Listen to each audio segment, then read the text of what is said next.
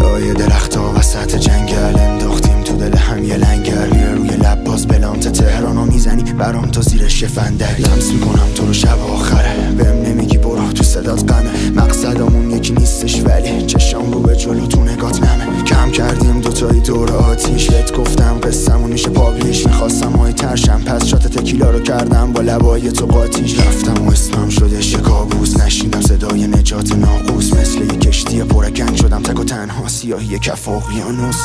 باز میاد خاطرات یادم توی چشمم زدم.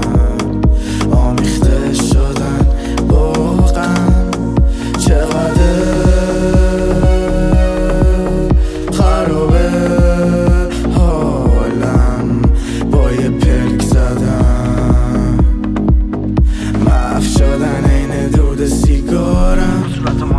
صورت ماست دور درخت و جنگل دورم پر شلوغی و من پی رفتن. وقتی رفت و منو کردم ترک شدم یه دمدمی دو دم هر دم. ترکم کرده جلوم پر بالریه نداشت رو در میاره یه دونه مالوین. یعنی کس رو الان رو کی خوابیده رو الکل و دو سه تایی کپسول والرین. غرق توی عشق غرق توی چشمات غرق توی بدنت کردم عشق باد. غرق بودم من توی تک تک اکتات. رفتی و خفگی تو چند فرسنگا شد عاقبت شد برام یه آپشن. یا زندگی با روحت کلمات فاکشت. من مثل شن حفظ میکنم جاتو ولی یه روز همه میدونی میشوره آپشن.